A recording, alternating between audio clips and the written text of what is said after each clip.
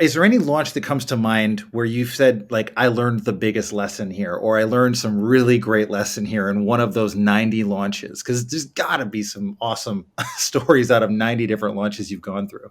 Yeah. There was definitely one launch that did a lot of things in a unique way, and taught me a lot. So that was the launch of the documentary Hungry for Change, Ah, and I'm not sure if you've yeah, if you know about that one, but what we did was we actually did.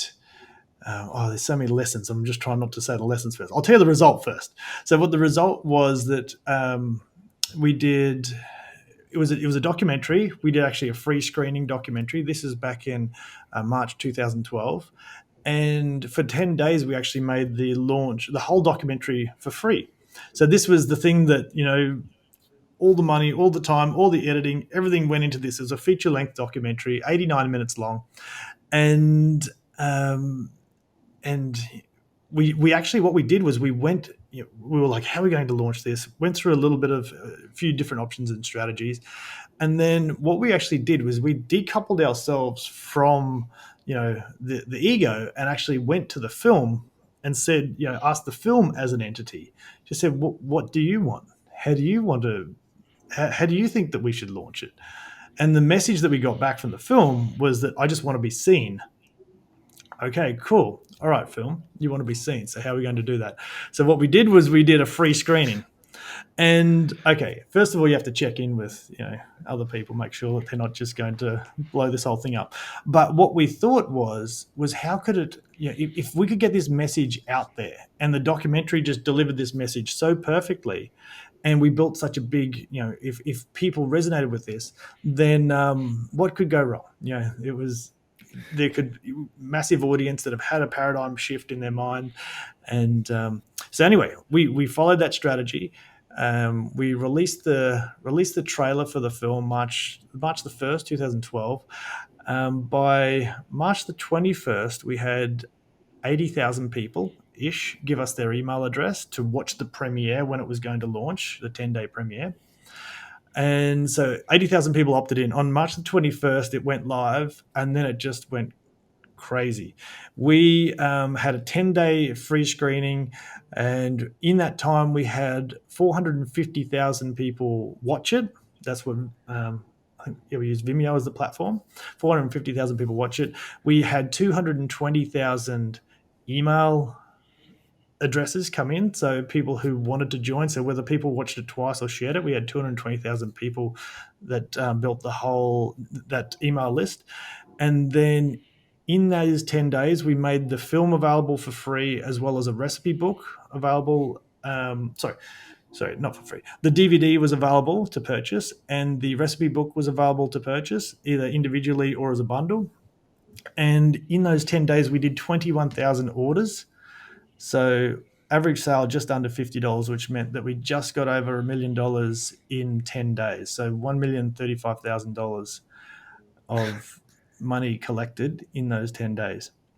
While we had, so that was a fairly impressive outcome, we thought. well, and an opposite of what most movies would do too. Like, you gave away the movie, you didn't sell tickets at a screening or something, which is, and because movies cost a lot of money usually to make, and it's about that first weekend ticket buying or getting people to go watch something like that. That would be the, I guess, the traditional normal way of releasing a film to make your money back that you collected from all these people to make the movie, right, or whatever it was. Now I'm curious, what are the lessons out of this? Because clearly you went the opposite direction than what most people would normally do to get this to work, and it seemed to work really well. And before Michael answers that, I just want to jump in and say this has now become a business model that people do this with documentaries Mm. quite a bit. It, it's done often, but that was the first time it was ever done. That was the So first Wow. time. they basically invented a business model in doing this. And I remember bringing it to the group in the first or in the Platt meeting. I think it was January 2012, and I shared with everyone the strategy. And everyone went, well, that's going to be a huge success or a huge failure. Let us know how you go. it was uncharted territory. It really was. But what I did especially learn, like we wrote down goals, and we actually the interesting part is we wrote down literally, $1 million revenue, 220,000 people opting in, and 500,000 views. So we end up hitting just over 1 million, just over 220, and just under 500. But once we put those things aside, and I learnt this in tennis as well. That's an outcome. They're just outcomes. We can't act on outcomes. We have to work backwards and create a process to achieve that outcome. And so, we then focus on the process. You can know that the outcome is going to it's there, but we have to now focus on the process. And the process was then being able to go, right, how do we actually make this? How do we empower people once they've watched this to actually want to share it and actually want to take it to people who they know? We want this documentary, this piece of marketing, to be the conversation that they can't have with other people. And so it became this thing that became then shareable, which is why I think we went from like 80,000 people to 220,000 people in 10 days. But it became this thing that it's like, how good's that marketing? How good is your marketing if people want to share your marketing? You know what I mean? It's like, This is what I love about, launches, and it's a thing that has to have value, even if people aren't a customer. Even if they don't go on to be a customer, it's a piece of value that stands on its own 2 feet.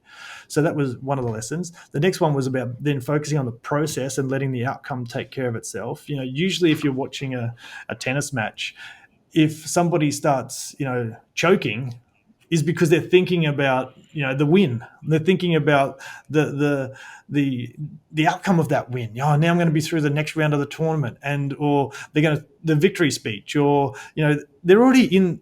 And now they've taken their eye off the process, which was getting them into a winning state, and they're focusing on the outcome. Whereas you need to bring it back and focus on the process.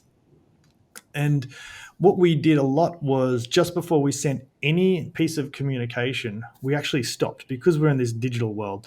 It's very easy to not do this, but we literally stopped and just visualized all the people all around the world that they were actually reading the email. Like, we were watching it drop into the inbox. We were watching people click on it. We were watching them, visualizing it, and then watching them reading it through. And we had this picture that all around the globe were just these little lights going off of people who just felt this little bit of inspiration. We've lit them up with something that's different. And then once we found peace with that and we visualized that, then we actually hit, broadcast and off it went. But just really humanized it, really just went to that. We're really humans speaking to humans. And in this world of, clicks and lists and trips and blasts and whatever, it's very easy to disconnect from the fact that there's really a human on the other end. And really just reconnect with that.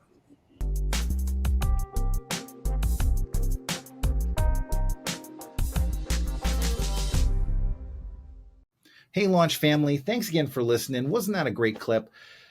If you haven't yet, hit subscribe. We have lots of great episodes coming up, and it really helps the channel grow.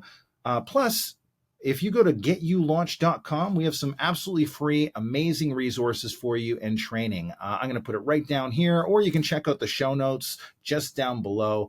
And thanks again for listening. We love doing this show, and we are excited to keep growing with you. See you on the next episode.